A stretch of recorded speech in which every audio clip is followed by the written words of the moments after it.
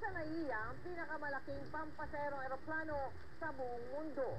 Para tignan ang kakayanan nitong mag-take off at lumapag sa iba't ibang paliparan. Nakatutok si Jay Taruk.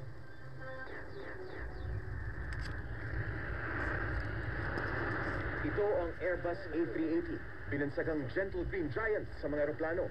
73 meters ang haba, ang wingspan, halos 80 meters. Ang karaniwang ginagamit ng PAL ngayon.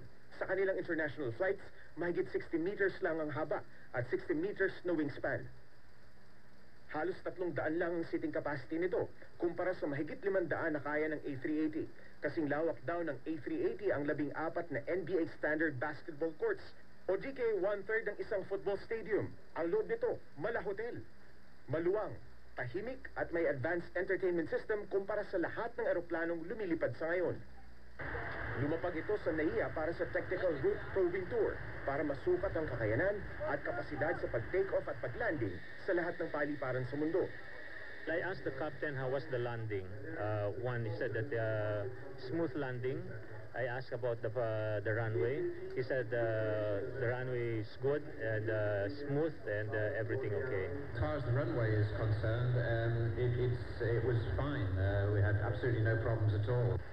Bukod sa nakababawas sa tinatawag na environmental noise, lumalabas pa raw na ang dambuhalang eroplano ito ang pinakamatipid sa aviation fuel kung ikukumpara sa Boeing 747 na pinakamalaking commercial plane na lumilipad sa ngayon.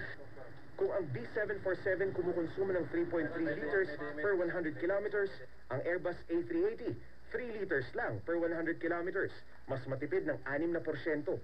Sa test flights ng A380, pinatunayan daw nitong kakayahan na lumipad sa pinakamalamig at pinakamainit na kondisyon sa paglalakbay sa himpapawid.